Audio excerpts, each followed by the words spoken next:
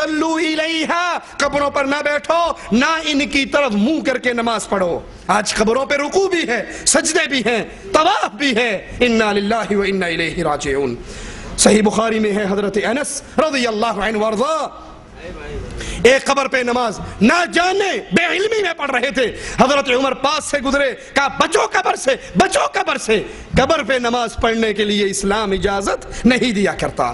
قبروں پر بیٹھ کر، درگاہوں پر بیٹھ کر قرآن کی تلاوت ہے، درباہوں پر قرآن کی آیات بھی نصب ہیں۔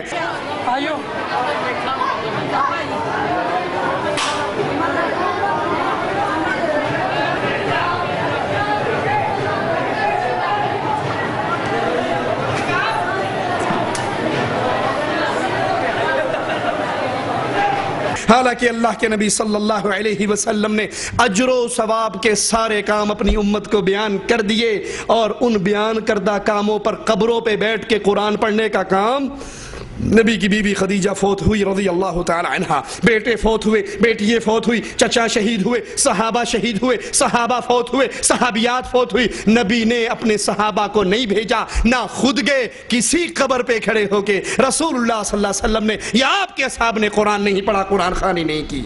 اگر سمجھتے ہیں اور یاد کیجئے، ابو داؤد میں ہے ایک صحابی نے اللہ کے نبی صلی اللہ علیہ وسلم سے آ کر کہا تھا، مقام بوانا پر کچھ اونٹ اللہ نام پہ ذبح کرنا چاہتا ہوں، سنیے اے نبی کا کلمہ پڑھنے والوں، نبی کے سوال سنیے۔ آپ نے 2 سوال کیے اپنے صحابی سے، مقام بوانا جہاں تو اونٹوں کو ذبح کرنا چاہتا ہے، پہلے سوال کا جواب یہ دے کہ ابھی کسی دور میں وہاں پر کوئی بت تو نہیں تھا، مشرکوں کا بت تو نہیں تھا؟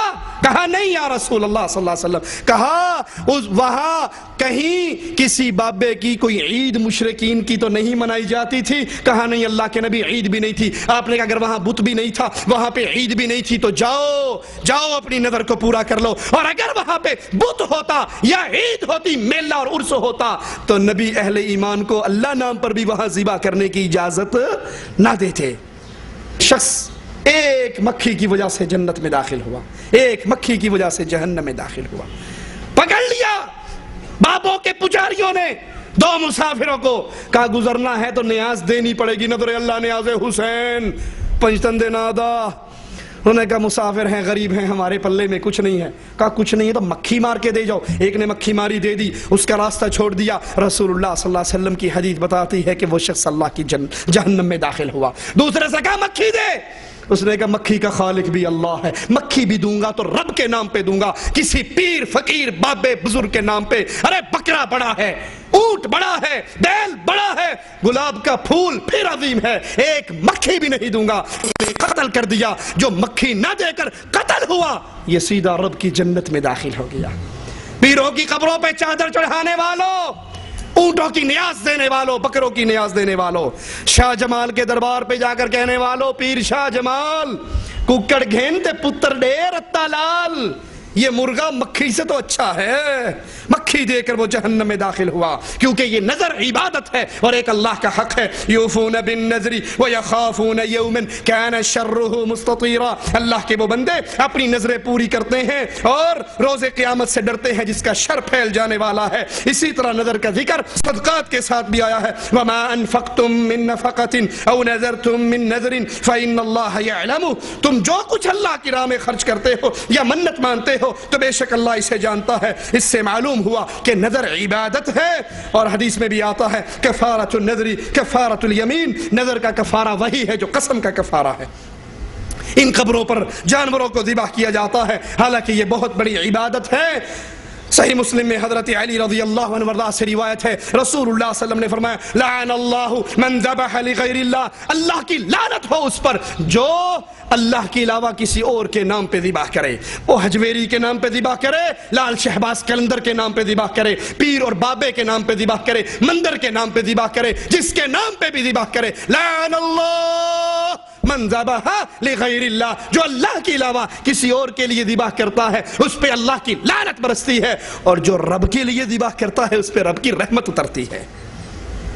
انما حرم علیکم المیتۃ والدم ولحم الخنزیر وما اہل به لغیر اللہ، اللہ نے تم پر مردہ، خون، سور کا گوشت اور ہر اس جانور کو حرام کر دیا جسے غیر اللہ کے نام پہ ذبح کیا جاتا ہے۔ 9 محرم کو حسین کے نام پہ ذبح ہونے والا گوشت لینے والوں کہتے ہیں بیٹا یہ پڑوسی ہے، محرم کا گوشت لایا ہے، شبرات کے کنڈے لایا ہے، لے لو کوٹھے تے سٹ دیا جے، نہ کھایا جے، اگر نہ لوگے تو دوستی خراب ہوگی۔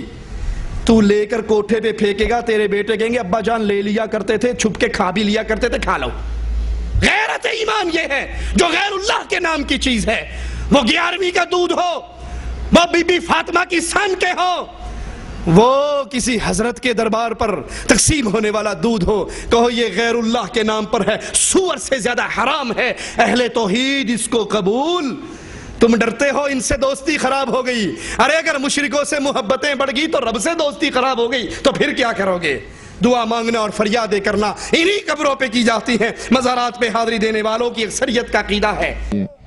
جس کا بھی مولا علی علی ہے اس کو کسی چیز کی پرواہ نہیں ہے، سب بولتے ہیں یہاں علی علی، دم مست کلندر علی علی، زہرادہ بابا علی علی۔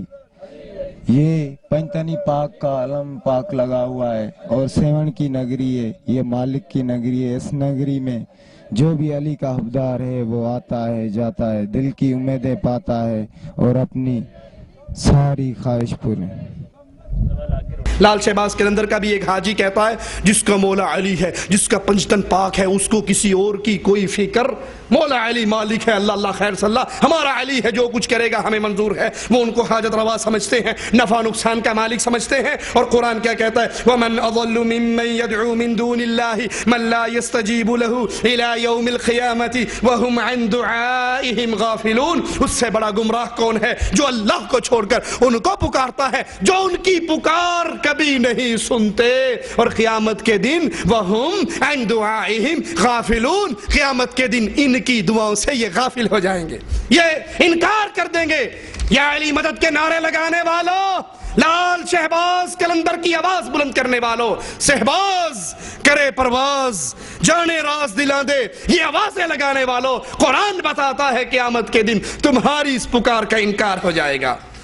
ان الذین تدعون من دون اللہ عباد امثالکم، اے لوگو جن کو تم اللہ کے علاوہ پکارتے ہو یہ تم جیسے انسان ہیں، تم جیسے بندے ہیں۔ ایک اور مقام پہ غور کیجئے، یا ایھا الناس ضرب مثل فاستمعوا له، اے لوگو ایک مالک مثال بیان کرتا ہے، غور سے سنو۔ ان الذین تدعون من دون اللہ لن يخلقوا ذبابا وَلَوِ اجْتَمَعُوا لَهُ، جن کو تم اللہ کے علاوہ پکارتے ہو، وہ بابا شہباز ہو، اجمیر کا ہو، اجمیر کا ہو، سنو یہ ایک مکھی کو بھی پیدا وَلَوِ اجْتَمَعُوا لَهُ، بغداد کے سارے پیر آ جائیں، بریلی والا بھی آ جائے، کوفے والے بھی آ جائیں، ملتان والے بھی آ جائیں، وہ جو سورج کو سوا نیزے پہ لے آیا تھا شاہ شمس ڈولہ تبریز وہ بھی آ جائے، یہ سارے اکٹھے ہو جائیں، ایک مکھی کو پیدا نہیں پیدا کر سکتے۔ وَإِن يَصْلُبْهُمُ الذُّبَابُ شَيْئًا لَا يَسْتَنْقِذُوهُ مِنْهُ، یہ تو بڑی بات ہے مکھی پیدا کرے، ان ساروں کو بلا کر ان کے سامنے حلوہ شریف رکھ دو، یہ پیر اور بابے حلوے کی طرف ہاتھ بڑھائیں، ان سے پہلے اللہ کی پیدا کر دی ایک مکھی اپنے حصے کا حلوہ شریف لے لے، یہ سارے بابے ٹیلوی لالن تے مکھی کو لکھو، یہ مکھی کے پاس سے اپنے حصے کا حلوہ نہیں چھین سکتے۔